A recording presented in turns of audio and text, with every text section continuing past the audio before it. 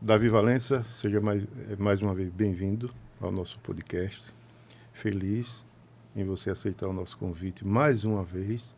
Mais uma vez. Agora você está mais conhecido do que aquela outra vez que você chegou. Né? Essa marca desse óculos aí, as meu coisas irmão. vão crescendo. As pessoas não conhecem mais você, conhecem o óculos.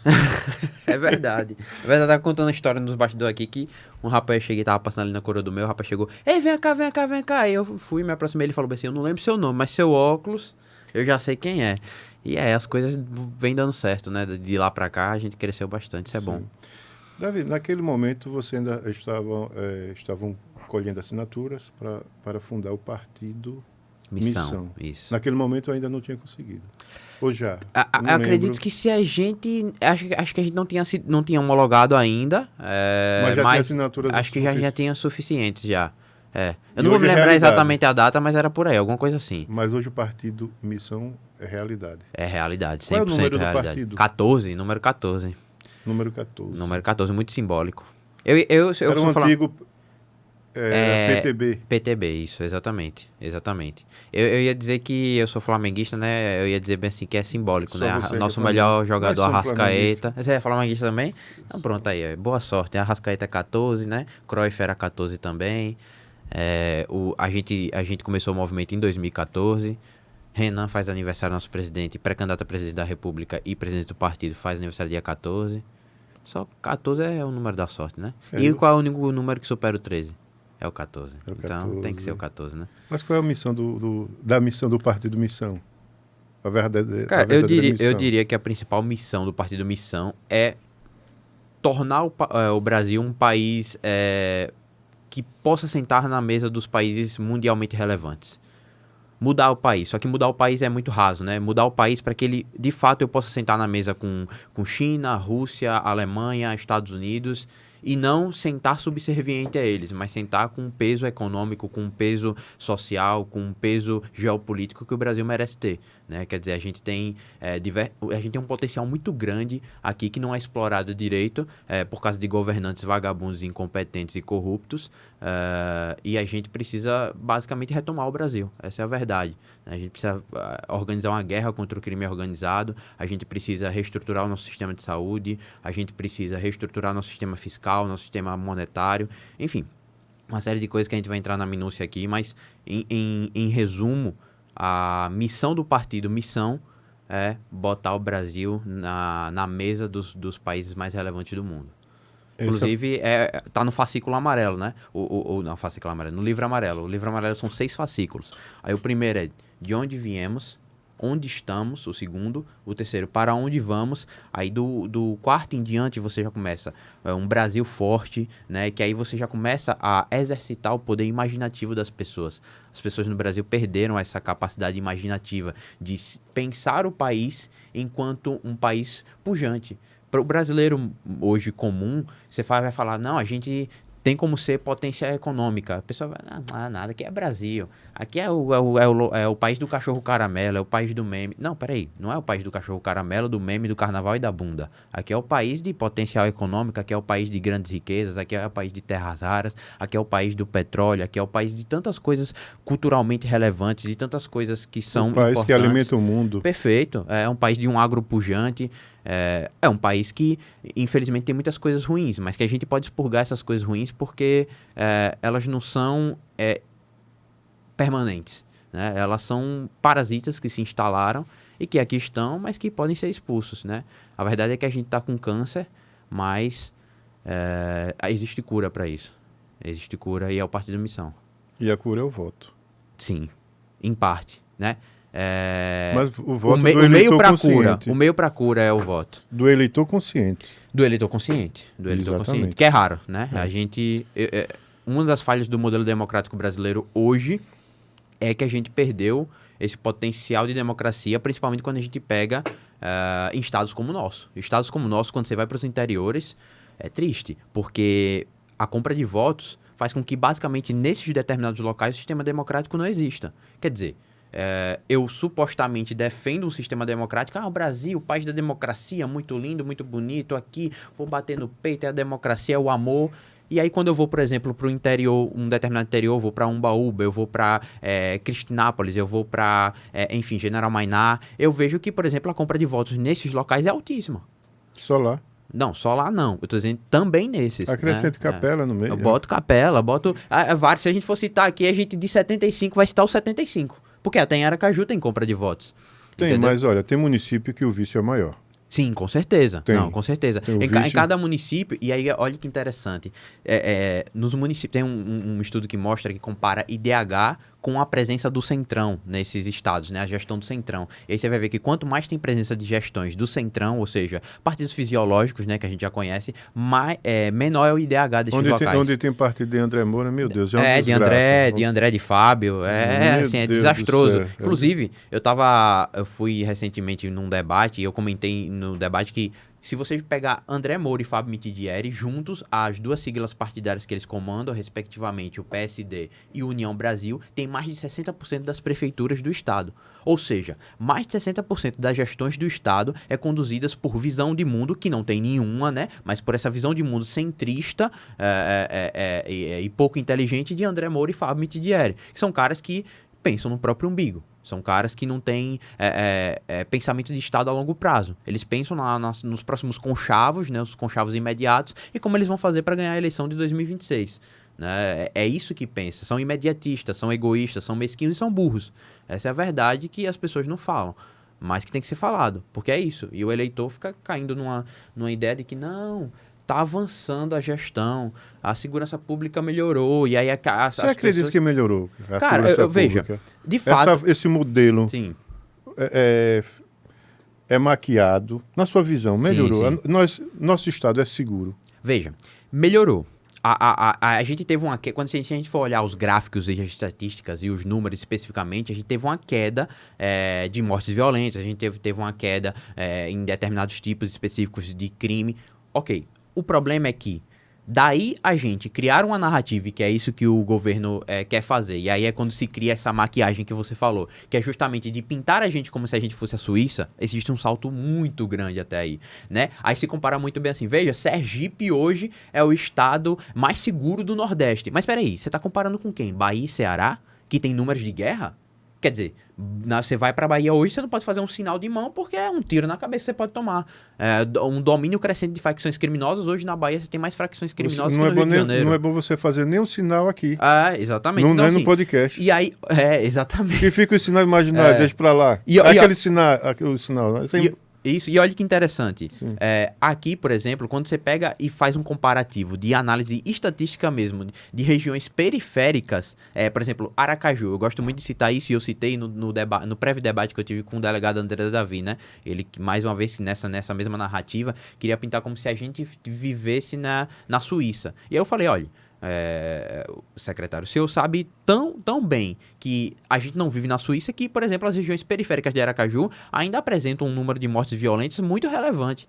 Entendeu? E que, por exemplo, dado esse fator de diminuição de queda, não é uma coisa só de uma determinada política do governo ou de uma determinada política municipal. Um dos fatores que fez diminuir, por exemplo, determinados tipos de crime aqui no estado e no município, respectivamente, foi o fato das guardas municipais terem conseguido poder de polícia, atuar como polícia de fato.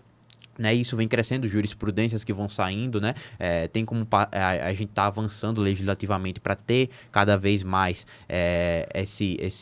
a guarda municipal como alocada de verdade nos setores de segurança para completar o ciclo, é muito importante. Então isso foi um dos fatores principais que fez a gente ter um decréscimo nos determinados tipos de crime nos municípios, entendeu? Mas aí, não, foi governo A, governo B, não, peraí, aí você desconsidera esses fatores e quer dizer que foi Mitidieri, você quer dizer que foi Belivaldo. Quer dizer, a gente, sobre o governo de Belivaldo, a gente tinha um número absurdo de mortes violentas, um número absurdo de criminalidade, né? E o governo Mitidieri é uma continuidade do governo Belivaldo. Quem foi que Belivaldo apoiou? Foi Fábio Mitidieri. Então, assim, essa maquiagem que tenta se criar, mas que não é assim de fato. E tenta se criar isso enquanto outros setores, por exemplo, não se fala, por exemplo, de saúde, né? Não se fala, por exemplo, de educação. A gente está no meio de uma greve aí dos professores que acabou, né? Mas que aí demonstra o desastre que é a gestão de Fábio Mitidieri. E quando você pega, por exemplo, para os seus aliados políticos de partidários, para os municípios, aí fica mais desastroso ainda, né? Você vai olhar os municípios que estão sob a gestão do PSD, meu Deus, aí a gente chora. Davi, você me chamou a atenção sobre a saúde. Sim. Tem as prioridades. Mas como você enxerga a licitação de mais uma ponte, da ponte? Sim, a ponte nova do governador, né? Veja, é natural que Sergipe precisa avançar em infraestrutura e que construir uma nova ponte vai trazer ganhos econômicos. Ninguém nega isso. O problema se dá na forma que se vai fazer. Da maneira porca em que Fábio Mitidieri conduz suas alianças políticas, e eu cito isso porque, por exemplo, conduz suas alianças políticas com figuras como André Moura, com figuras como Edivaldo Nogueira, com figuras como Rogério Carvalho, enfim, isso reverbera também nas políticas públicas que ele determina. E eu fiz esse preâmbulo antes, por quê? Porque quando a gente vai analisar especificamente a licitação, como eu disse, ninguém nega que a existência, uma criação de uma nova ponte vai gerar ganhos econômicos. Mas como é feito isso? E quando a gente vai olhar, por exemplo, a licitação, a gente vê que a licitação ela é o seguinte. Você tem vários modelos de licitação. Esse específico, ele separa. 30%, ele tem o modelo de notas dele, né, para ver quem ganha a licitação. Você tem dois conglomerados, né, que possuem várias empresas disputando. E um desses é o Coqueiros Aracaju, certo? O Coqueiros Aracaju tem dentre suas empresas uma empresa que construiu outras pontes em outros estados, né? E cujas essas pontes caíram. Eu tive informação sobre que teve uma delas que caíram. Então, justamente. Ganhou essa licitação já? Ganhou. Será que vai ser a ponte do Rio que cai? Não sei, né? Espero que não. Mas assim, tem como recorrer e enquanto eu puder bater nessa tecla e falar sobre esse assunto, eu irei falar. Porque você vê, essa própria licitação já teve contestação pela maneira como ela dividia. Quer dizer, ela pontuava em 30% o preço oferecido e pontuava em 70% a questão técnica. Agora veja. O outro conglomerado de empresas que não detinha a empresa que construiu pontes que caíram, ofereceu um preço melhor e apresentou um projeto de uma ponte mais complexa. A empresa que ganhou, o conglomerado de empresas que ganhou, além de ter essa empresa que construiu uma ponte que posteriormente caiu, ofereceu um preço mais caro e ainda ofereceu 3 projetos de pontes mais simples. Entendeu? Porque você tem, por exemplo, a pontes, que aí a gente vai entrar num termo muito técnico que não é a minha área. Então, até se algum engenheiro estiver assistindo aí, perdoe o modo grosseiro como eu vou falar. Não, mas pode fazer os comentários nos cortes. Mas você tem, por exemplo, pontes de 3 vias, salvo engano, que são pontes mais complexas de fazer. Que o conglomerado de empresas que não tem nenhuma recorrência de pontes caindo apresentou. E você tem o outro conglomerado que apresentou 3 projetos de ponte de via única, que são pontes mais simples.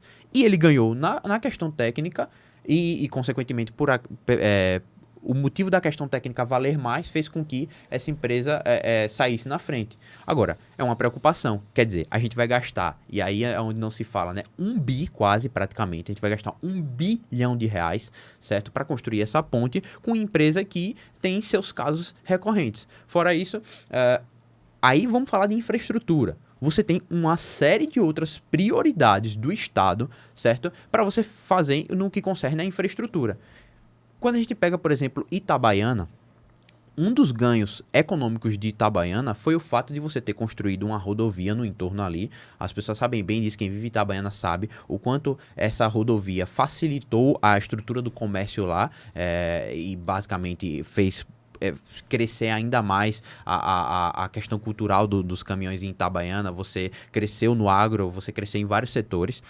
Ou seja, se isso fosse expandido para investimento em infraestrutura, para você ajudar em estruturas rodoviárias, já que 60% da nossa produção escoa via meio rodoviário, e você investisse em industrialização do Estado, você investisse em outras questões muito mais importantes, você teria ganhos econômicos, se a gente for analisar, tão bons quanto construir uma ponte. Mas é porque a ponte dá mais voto. né, no fim do dia, né? A ponte, ela é mais bem vista, né? Todo mundo fala da ponte João Alves Filho, né? Todo mundo fala da ponte Marcelo Deda. As pessoas, E elas... esquece os corredores exatamente. As do João pessoas ficam Alves. encantadas. Exatamente. E aí, a nível municipal, para dizer que a crítica não fica só no governo, as pessoas, elas veem as grandes obras e esquecem, por exemplo, do basilar.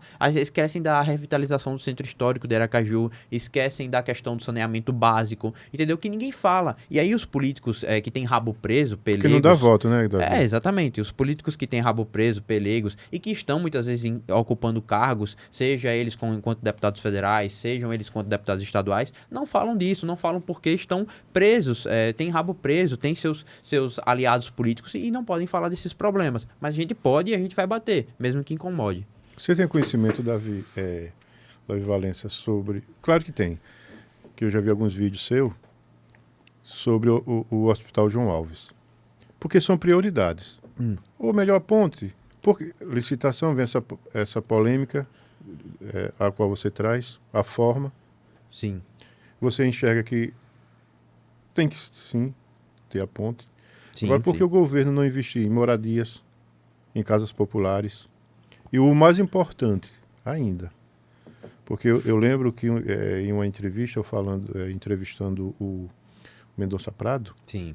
ele falando que não compreende como é que esses governantes, não atual, Sim. outros governantes ainda não enxergaram em construir um outro hospital do porte do João Alves. Precisa. Não é fazer uma clínica e falar, olha, é um hospital. Não, mas Sergipe cabe sim. Urgentemente. Urgentemente precisamos de um outro hospital do porte do João Alves.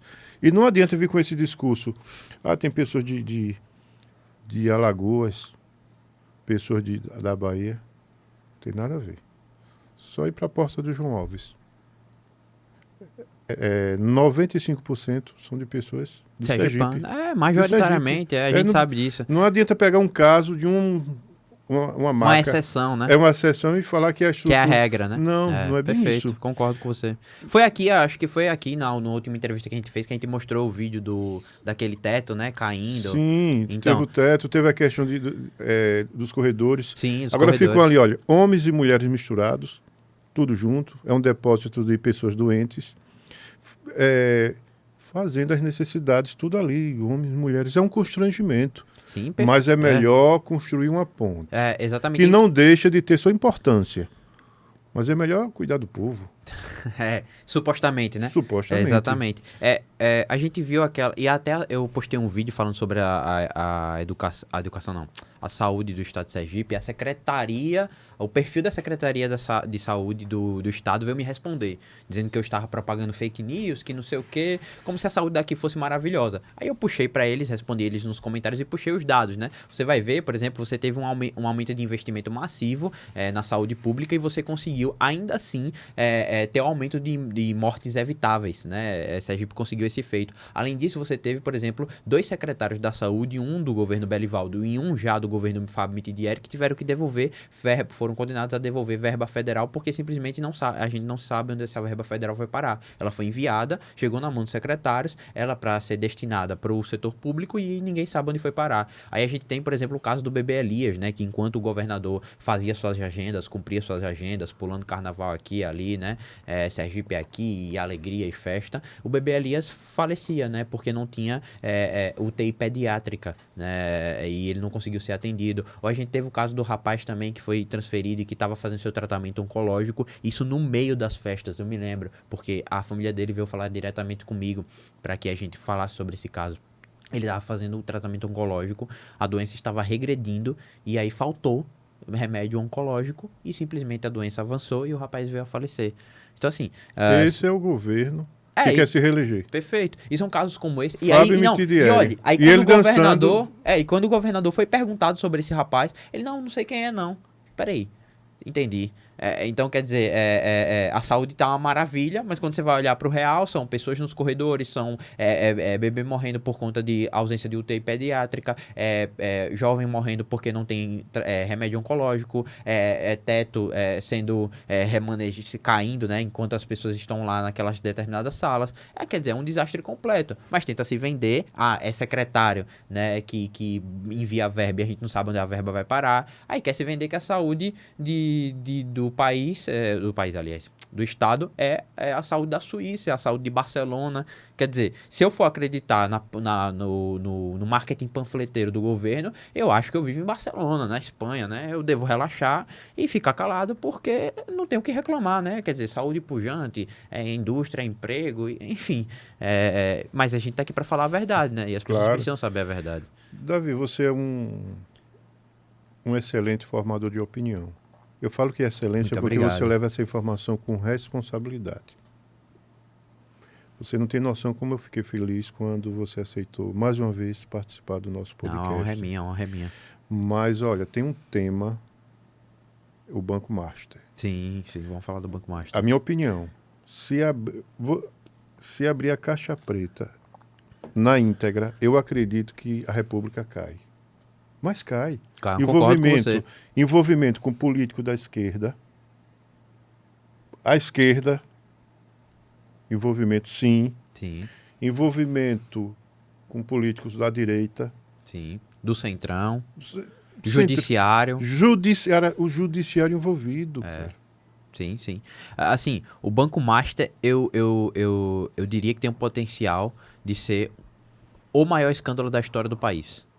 Da República mesmo. É o maior do país, da República, do país, isso. dá no mesmo. É isso. Porque assim, veja, você tem basicamente já uma relação comprovada com o judiciário, você quer dizer, você tem a mulher de Alexandre de Moraes ganhando aí um contrato de 105 milhões de reais para defender Vorcaro, em relações, em reuniões que já estão comprovadas que o próprio ministro Alexandre de Moraes teve com Vorcaro. Aí você tem basicamente, né, a relação de Vorcaro com vários agentes, por exemplo, Ciro Nogueira, né, que foi ministro do governo Bolsonaro, que é ligado ao governo Bolsonaro, que é ligado às figuras bolsonaristas e que aí os bolsonaristas tentam apagar. Você tem registros de mensagens de Vorcaro dizendo que teve reuniões ótimas com Lula. Quer dizer, o escândalo começa na Bahia, né, com Cred Sexta e com a base, né, do governo do PT na Bahia. Então, assim, é um escândalo que envolve uma ponta a outra, né? Enquanto isso, é basicamente um escândalo onde Vorcaro se utilizou de títulos fraudulentos para desviar dinheiro de pessoas,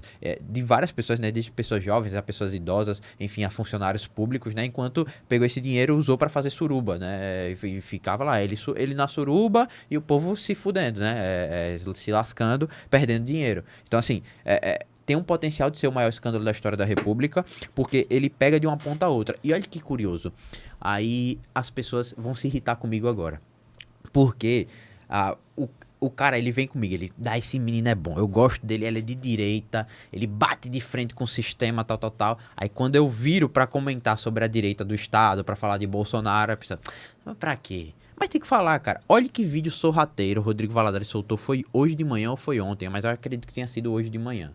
Vorcaro, ele foi transferido provavelmente pra começar suas delações premiadas. Eu vi um vídeo de Rodrigo bem assim, ele comentando.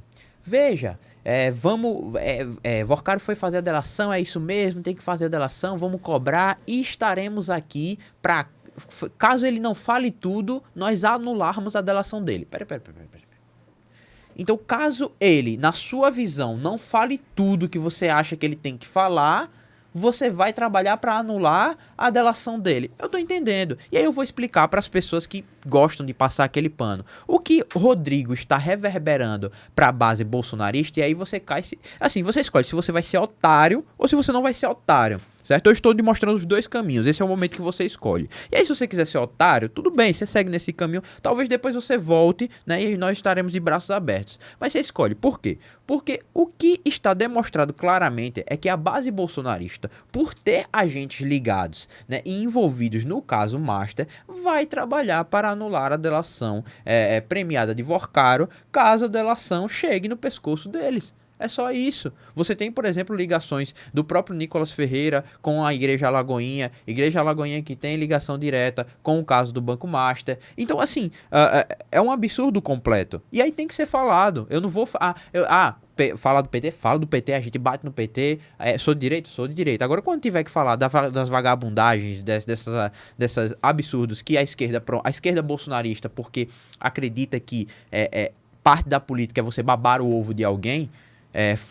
eu não acredito nisso, eu não sou desse caminho. Então, eu por mais que seja incômodo, E nem eu tenho você uma obrigação de falar a claro, verdade. E nem com tudo você tem que concordar. Perfeito. E assim, é um cinismo muito grande. Quer dizer, é um espectro da direita que não tem projeto, não tem visão a longo prazo, não sabe o que quer fazer com o país. O único projeto que tem é apoiar, é babar o ovo de Bolsonaro, e aí como Bolsonaro está hoje preso, é babar o ovo de Flávio Bolsonaro, certo? E é basicamente isso. E as pessoas se encantam, né? Porque as pessoas acham, as pessoas elas são carentes de um grande herói, de um grande mito, né? Eduardo Bolsonaro, não, Eduardo Bolsonaro versus Alessandro, é o Então, senador. perfeito. E aí já dá pra gente até linkar isso, porque veja, olha que interessante. Você tem Alessandro Vieira. Tenho várias críticas a Alessandro, principalmente no que concerne a aliança que ele teve com o governador, que bom que se desfez, acho que foi um tiro no pé.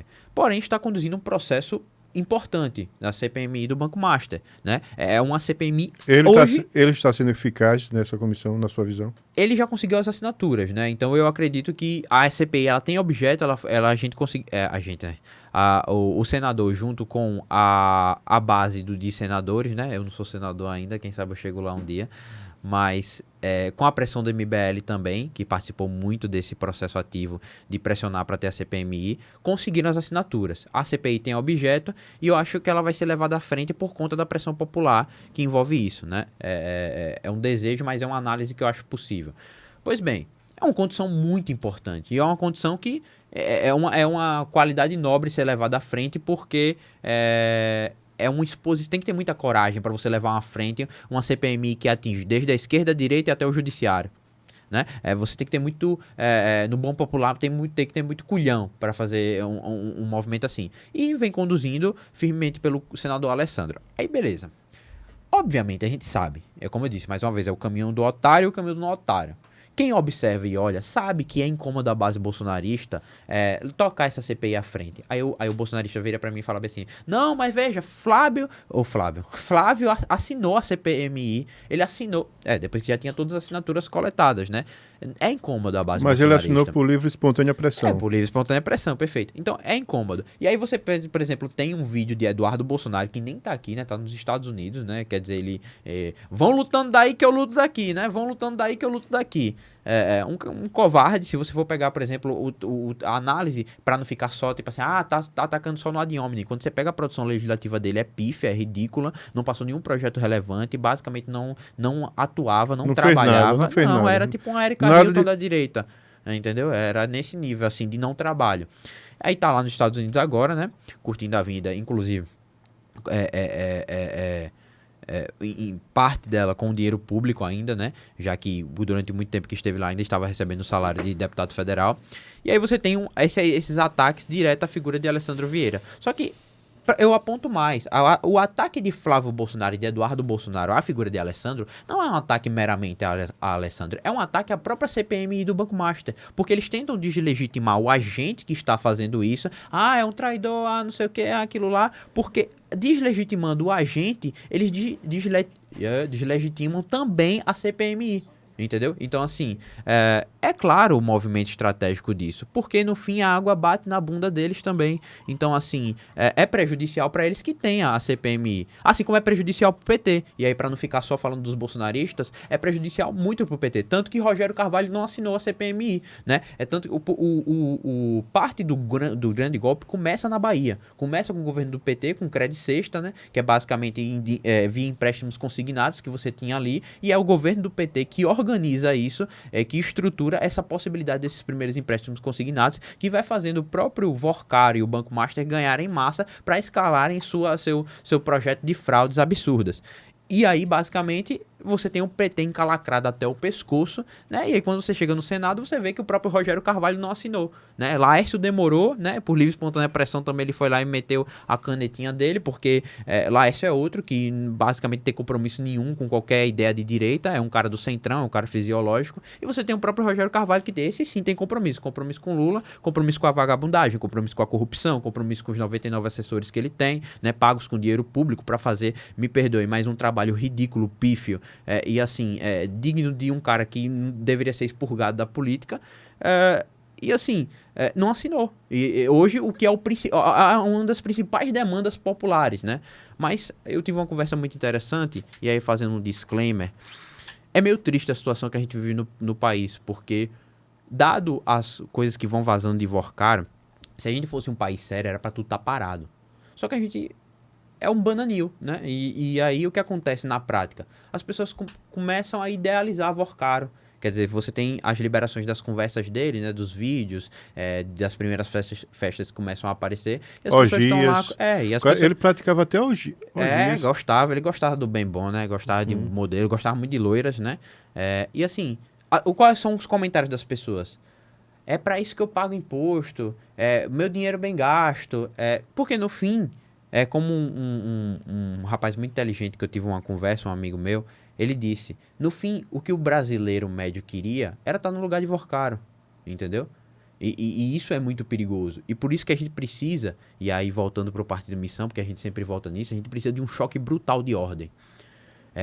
Na segurança pública, a gente precisa prender e, se reagir, matar as lideranças do crime organizado. No que concerne a reforma fiscal, a gente precisa organizar uma reforma fiscal brutal. A gente precisa desburocratizar brutalmente as relações de trabalho como são reguladas aqui no Brasil. A gente precisa de um choque de infraestrutura. A gente precisa criar malha industrial para criar emprego complexo, para pagar melhores salários para o trabalhador, dar dignidade de vida a essas pessoas. E choque de lei e ordem. Entendeu? Se a gente não tiver um choque de lei e ordem, a gente não vai para lugar nenhum. Porque o brasileiro, ele basicamente está rendido a práticas viciantes. Quando você vive num país em que você basicamente é desincentivado a trabalhar, desincentivado a ser produtivo, porque no fim você está refém de programas como Bolsa Família, Vale Gás, Vale Energia, energia grátis, você fica refém de um comodismo. Tanto que, olha que dado interessante, quando você pega os países comparativamente, a Suíça é um dos países que mais produz per capita. A Suíça produz quase 100 mil per capita, enquanto poupa cerca de 35% desse valor. Ou seja, a Suíça é um país que poupa bem e que produz muito. Aí você pega um Paraguai da vida. Um Paraguai ele produz 6 mil per capita. É um país que produz muito pouco e poupa cerca de 20 e poucos por cento disso. O Brasil é um país que produz mais que o Paraguai, 10 mil, ou seja, ridiculamente mais, é pouquinho, né? Ainda é ridículo, produz 10 mil per capita, certo? E mesmo assim, consegue poupar menos que o Paraguai. Ou seja, a gente poupa cerca de 15% desse valor. O que isso quer dizer na ponta? Que a gente é um país pouco produtivo e que a gente é um país que poupa pouco. Então a gente é pouco produtivo e muito gastador. E isso reverbera em coisas como a esquerda quer discutir escala 6:1. Vamos diminuir a escala 6:1. Não tem como fazer isso sem a gente ter aumento de complexidade industrial, aumento de complexidade tecnológica e sem a gente ter basicamente um choque brutal de lei e ordem e mudanças fiscais.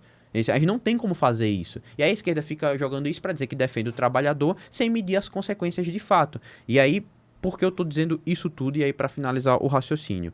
Porque a gente é um país que produz muito pouco, a gente é um país que gasta demais, a gente é um país onde a esquerda fica discutindo amenidades sem de fato mostrar na ponta como é que vai executar algumas obras, e a gente é um país que está refém dessas políticas assistencialistas, né, feitas pelo governo. E a bomba fiscal vai ficando, os juros da dívida pública vai sendo arrolado, e a gente vai basicamente sofrendo dia a dia. E a gente não percebe isso, porque a gente acha que está num modelo democrático, que no fim do dia chega um político vagabundo, compra nosso voto e a gente, por estar nesse sistema cruel entregue, não percebe isso. Então é um trabalho muito difícil que a gente tem, mas é um trabalho possível. Davi, eu não interrompi na sua fala anterior para você não perder o seu raciocínio. Quando você tocou no assunto muito sensível sobre o Bolsa Família. Sim. Tem uns 15 dias, eu tenho um amigo que tem um restaurante. Sim. Inclusive ele é de Porto da Folha, da Ilha do Ouro. Sim. Um excelente restaurante na Orla. O nome do restaurante... Bistrô Ferreira. Bistrô Ferreira. Fica no fundo do Cariri. Aí eu vi no status ele convidando, dando oportunidade a quem queira trabalhar de serviços gerais. Aí realmente eu conheço uma pessoa que realmente essa pessoa precisa. Sim. Aí eu liguei. Primeiro eu falei com o amigo. Sim, com o rapaz. Ele disse, olha, a vaga está reservada, manda ela procurar. Eu liguei. Eu tive a pior decepção da minha vida, cara. Ela não queria a vaga. Porque ela não quer perder o Bolsa Família. Cara, pelo amor de Deus, olha, Eu quis dizer algo, mas eu falei tudo que eu pensava para ela agora em silêncio. Eu fiquei decepcionado. Sim. Porque é o seguinte, o Bolsa Família, claro que ele ajuda, mas só quem recebe é quem está na miséria. Exatamente. Mas a pessoa tem que pedir a Deus que ela venha ter prosperidade e não venha precisar do Bolsa Família. Uhum. Eu não interrompi você nesse assunto, sabe, porque você estava numa vibe de informação muito boa. Mas eu tive essa decepção. Sim, sim. Eu fiquei chocado. E é assim que o trabalhador de verdade fica. Porque, assim, é uma coisa que o Renan diz sempre, e eu digo aqui, pesquisem, assistam vídeos, consumam vídeos do nosso pré-candidato Renan Santos, que é um cara genial. Ele é pré-candidato à presidência da República. Sergipe, você já tem candidato a presidência? Renan Santos. A governo? A governo a gente ainda não tem nome. Mas você é pré-candidato a... Sou pré-candidato a federal. Federal. Eu não tenho idade para ser pré-candidato a governo, senão sairia. E desafiaria todos a debaterem comigo o Sergipe. Sim, seria um grande debate. Seria excelente. Mas assim... Pelo nível cultural que você tem. Você está no curso de Direito. Estou. 7º período do curso de Direito, da Faculdade 8 de Julho. 8 de julho. Sou bolsista lá, Bolsista. Graças a Deus, né? Não teria como custear lá, não. Porque eu sou o que a esquerda gosta, né? Eu sou um jovem negro periférico. Então, não teria como custear a faculdade, não. Eu sou bolsista. Mas, assim, uma coisa que o Renan diz sempre é que é o seguinte. Veja, além do choque de lei e ordem que a gente precisa ter, a gente precisa ter uma noção de uma coisa. A gente tem que trabalhar para as pessoas produtivas. Como assim? A gente tem que fazer políticas públicas e um modelo de governança voltado às pessoas que produzem e para aumentar o número de pessoas que produzem, certo? Porque senão a gente não vai sair do lugar no que concerne a desenvolvimento econômico. E aí, nesse sentido, olha que interessante. Qual é a lógica? Quer dizer, você tem Vale Gás, você tem isenção de energia, e você ganha ali Bolsa Família, que eu não sei em quanto está hoje, mas você ganha ele quase R$1.000, ou até eu tenho um pouco mais, não sei exatamente, para não fazer nada. Quer dizer, você prefere ganhar 1.500 para trabalhar, escala 6:1, ou você prefere ganhar quase 1.000 para não fazer nada? Essa é a lógica do trabalhador médio, entendeu? Aliás, não do trabalhador, né? Essa é a lógica do cidadão médio, do brasileiro médio. Vou ficar aqui ganhando Bolsa Família. Quer o número? Você quer o dado? Mais 50 milhões de pessoas, certo? Que recebem... São 53 milhões de pessoas que recebem Bolsa Família no país. É abissal. A gente tem um país com 220 milhões de pessoas, aproximadamente. Tem países da Europa que não tem essa quantidade de pessoas. Então, vamos lembrar o número do país, você lembra aí? Eu vou pedir a Ricardo aí para pesquisar os países. O número, tem países que tem 3 milhões de pessoas. Sim, sim, com certeza. Por exemplo, é muita gente no Bolsa Família.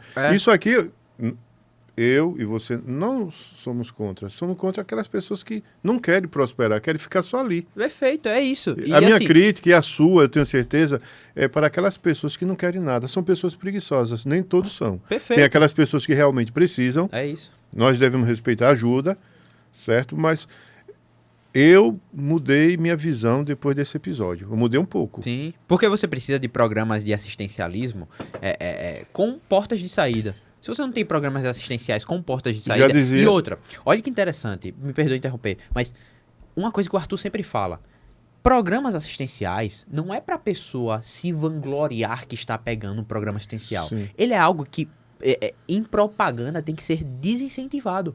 Como assim? Você é usuário do Bolsa Família. Você não deve, como você tem vídeo de pessoa, vou sacar o Bolsa Família, aí a pessoa vai, faz um vídeo, posta no TikTok. Não pode ter isso. Não pode ter isso, porque é um programa de governo que ele não é para ser incentivado, ele é para ser desincentivado. É para que menos pessoas utilizem o Bolsa Família. Então eu não tenho que ter uma propaganda positiva disso. E o governo faz uma propaganda positiva. Quer dizer, o governo vende o Bolsa Família como se fosse, veja, vem aqui, eu vou cuidar de você, vem aqui, não se preocupe não, você não precisa nem trabalhar, que a gente vai aqui. Não, o contrário. Tem que ser desincentivado. Tem que ser algo que aí a esquerda vai me odiar agora, mas tem que ser visto até como vergonha. Você tem que sentir vergonha de necessitar disso, entendeu? Em alguma medida. Porque a ideia é que você saia. E até, por exemplo, o próprio Sergipe, até um dia desse, tinha mais beneficiários do Bolsa Família do que empregos formais. Eu não sei os dados de 2025, como é que estão, mas a gente que teve um crescente emprego, por isso que eu tô falando isso, mas até um dia desse a gente tinha mais beneficiários do Bolsa Família do que pessoas que trabalhavam de carteira assinada. E a gente tem uma crescente da informalidade. Tem outro dado interessante que mostra que todos os setores da informalidade, eles pagam melhor do que na formalidade, exceto o setor petrolífero, que é um setor basicamente que tem ainda o nosso resquício de indústria, né?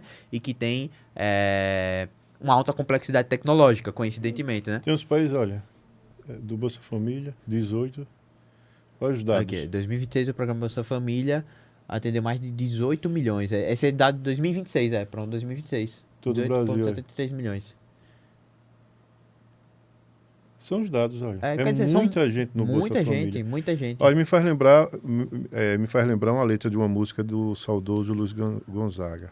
Moço, dá uma esmola ao homem que é são.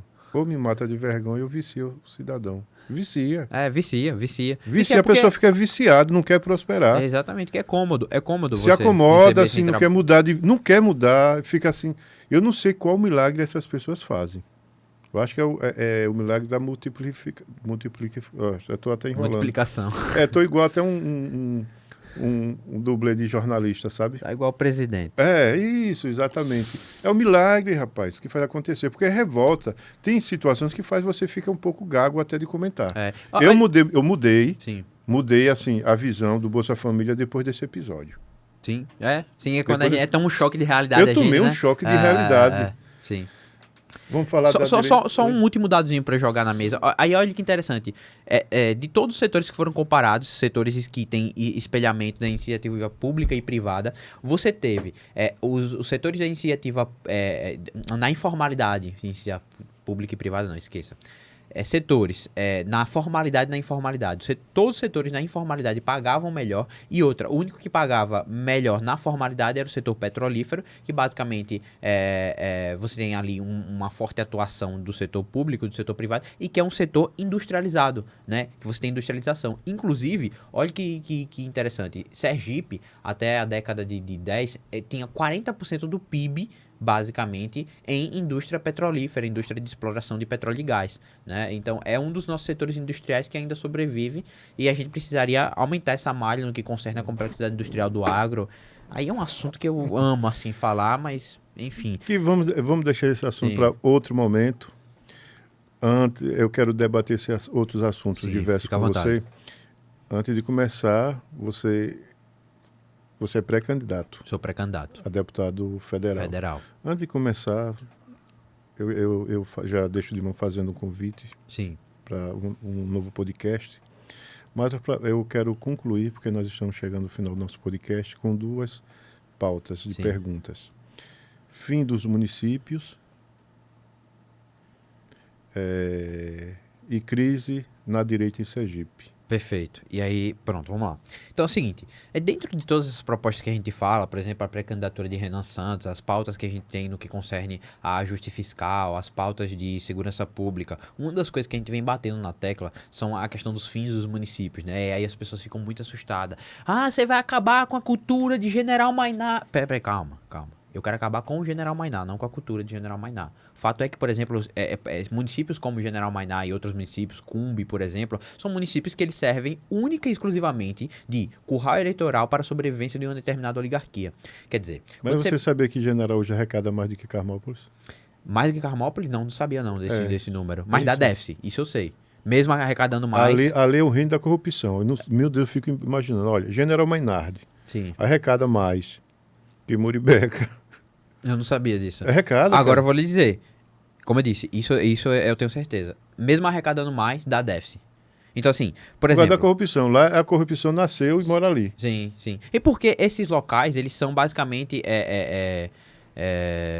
currais de oligarquias. Então, por exemplo, nesses locais você não tem desenvolvimento do setor privado, majoritariamente os empregos formais eles estão concentrados no setor público. Esse setor público, ele basicamente serve para sustentar famílias que vão se mantendo no poder, quando não são uma, são duas, e aí não passa muito disso, né? Então são famílias que vão alternando o poder, que vão concentrando e que basicamente usam aqueles 4 mil, 5 mil, 6 mil votos ou habitantes para se perpetuar. Então, esse município, ele, no que concerne a coletividade e a res pública, né, coisa pública, ele não é nem um pouco republicano e nem um pouco democrático. As pessoas vendem seus votos, você não tem uma estrutura voltada a servir o que é a coisa pública, você tem, na verdade, oligarquias se mantendo em um patrimonialismo crescente. Então, tem que acabar esses municípios.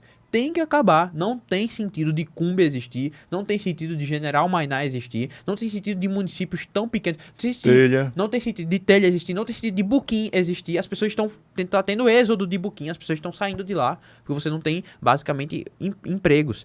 E aí, nesse sentido, já emendando, então, a outra que você me perguntou foi de... A crise A crise da direita. E aí, aí, pronto, aí dá pra emendar justamente nesse discurso. Porque aqui, olha de tantas coisas que a gente falou aqui. Quer dizer, a gente falou de industrialização, a gente falou de Bolsa Família, a gente falou de CPI e do Banco Master, a gente falou de uma série de problemas.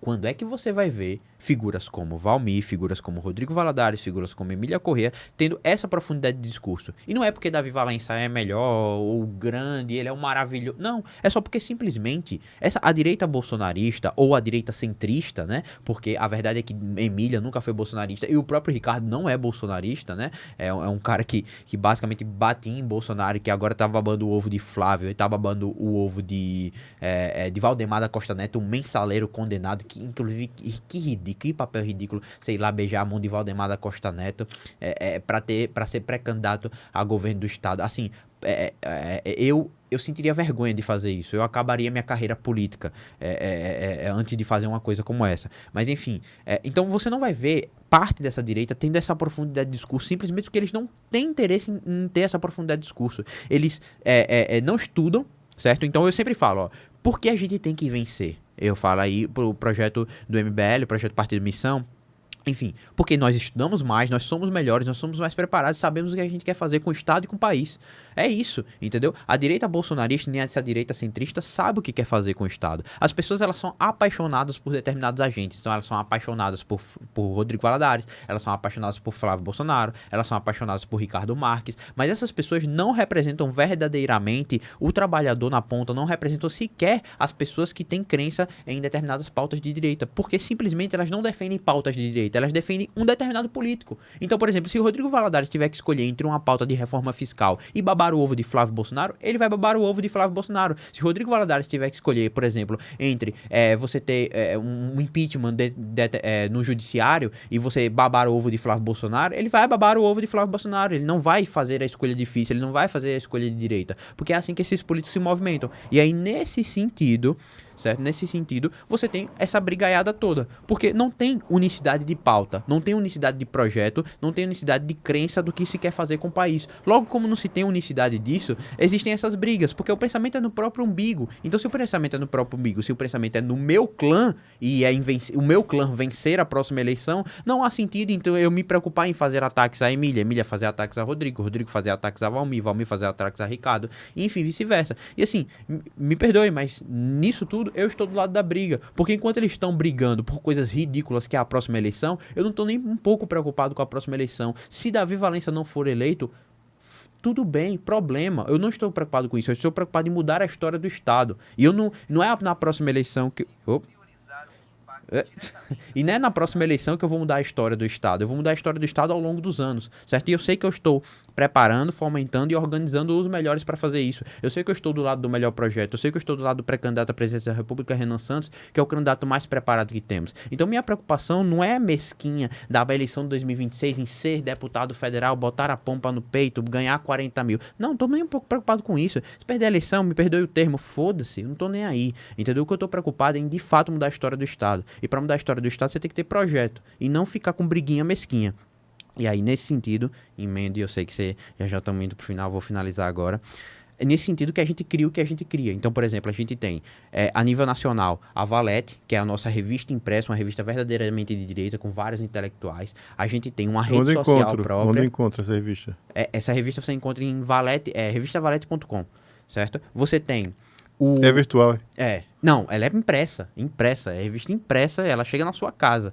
Entendeu? É algo incrível. Você tem o Livro Amarelo, que o Livro Amarelo foi basicamente o programa do Partido Missão, está escrito e foi através da venda do Livro Amarelo que a gente formou o partido. Não teve investimento de grande empresa, teve venda de Livro Amarelo, teve gente no sol quente suando, a gente coletando ficha, coletando assinatura, batendo recorde de assinatura aqui no estado de Sergipe. Então você tem o Livro Amarelo, leiam o Livro Amarelo, conheçam o projeto, até para criticar com propriedade, mesmo quem não concorda com a gente. A gente, diferente dos outros partidos, a gente tem um projeto que a gente bota à prova. A gente tem o Livro Amarelo, a gente tem a rede social, que a gente tem uma rede social própria de direita, que é a Valete Plus, certo? E a nível estadual, a gente tem basicamente uma condição de uma porrada de projetos, né? Uma delas, por exemplo, agora é a condição da lei anti-empresário, que a gente quer derrubar. Você tem uma lei no município de Aracaju, não sei se você sabia, que basicamente ela impede o empreendedor de panfletar. Você não pode panfletar no município de Aracaju. Os empreendedores não sabem disso porque basicamente isso é usado como arma para o fiscal achacar o empresário. É para isso que é usado na prática, porque é uma lei de 96, é uma lei que nenhum empresário conhece, é uma lei que proíbe o empresário de panfletar, e aí basicamente o que é que serve? Para o fiscal chegar lá, olha, é o seguinte, se eu não cumprir essa determinada lei, agora eu vou ter que te multar em R$1 milhão, e a gente conhece casos reais de empresários que foram multados em R$1 milhão por descumprir essa lei. Então eu quero acabar com essa lei, eu quero acabar com esse tipo de lei inútil e ridícula que atrapalha mais o empreendedor do que de fato ajuda em alguma coisa a cidade ou ajuda em alguma coisa o estado. Então assim, a gente está criando uma série de projetos e a gente tem o Sergipe Del Rey, que é basicamente aqui na nível estadual que a gente tenta fazer anexo à revista Valete, que é basicamente um local onde a gente expõe textos, a gente expõe documentários, inclusive vai sair uma prévia no meu Instagram de um documentário que a gente tá falando sobre o nosso grande amigo André Moura, né? Falando da toda a trajetória dele. Mas eu tô feliz. Você vai gostar, não, mas eu tô feliz em relação a André Moura, que eu não tenho nada pessoal contra o André Moura, quero deixar bem claro. Mas Sergipe não vai cometer um crime em colocar André Moura no Senado. Cara, será? Eu não sei, velho. Eu estou muito confiante. Eu não sou tão confiante no Sergipe. Eu falo assim porque, olha, toda a situação de corrupção do país, eu vou contar os dedos, olha, 1, 2, 3, 4, 5 e mais, tem que ter o nome de André Moura. E ele é inocente. Ele tá envolvido em bastante coisa. Tudo, não tem condições. Já é bizarro, né? Um cara, ele ser cacique do União Brasil no estado de Sergipe e mesmo assim ele ainda conseguiu ocupar 3 secretarias no Rio de Janeiro. Para além disso, ele teve o nome citado no caso do INSS, né? Ele teve, basicamente por essa... foi citado como Travancas, foi chamado por Travancas. Vitor Travancas, o advogado, pediu exoneração. Chamou ele de ladrão. De ladrão, entendeu? E por que ele não processou? E por que ele não processou Garotinho? Aí ele falou que Garotinho envolveu a família em corrupção. Aí você vai olhar o processo de André Moura envolveu a esposa dele em corrupção. Os processos de André Moura de Pirambu tem lá o nome da esposa de André Moura. Citados, né? Então, exatamente. Então, assim, tudo que é porcaria, basicamente o nome de André tá citado. Então assim, aí a gente vai ser um documentário sobre ele, você vai gostar, entendeu? E a gente tem esse produto, Sergipe Del Rey, inclusive recomendo, ajudem a gente aqui não tem grande empresário, não tem um grande cara botando dinheiro, não tem político por trás, é ajuda das pessoas mesmo. Então assinem lá o Sergipe Del Rey, entrem, acompanhem nosso trabalho e é isso. Metralhadora de fala, mas acho que eu consegui dizer tudo. Tudo. Corta, meu filho.